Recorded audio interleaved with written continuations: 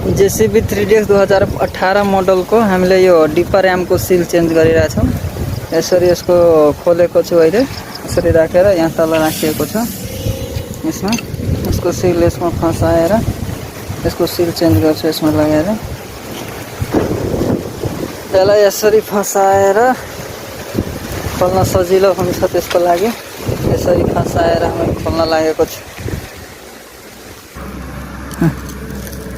यसको यो लक निकालेर यसो 5 नम्बरको एलङ्कीलाई खोलेर त्यसपछि पाइप रिन्चीले खोल्नु पर्यो। यसको लक निकालियो। अब यो 5 नम्बरको एलङ्की खोलेर यो चेकनटलाई खोलेर बाहिर निकालेर यो पिस्टनलाई खोलेर बाहिर निकाल्छु।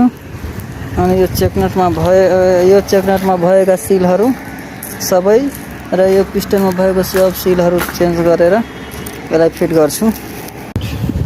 यसको हामीले यस्तो रिन्ची बनाएको छौँ यो खोल्नलाई र स्विङको पिस्टनलाई खोल्नको लागि यो रिन्ची बनाएको छु। न स्लिप हुन्छ न केही, पाइप लगाएर एकैचोटिमा खोल्छ।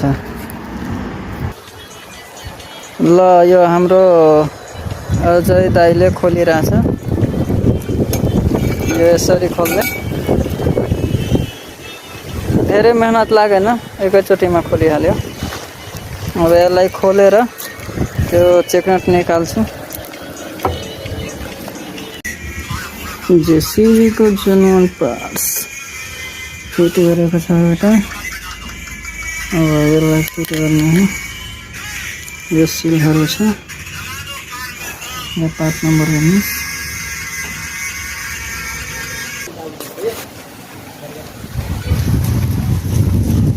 Pengauro.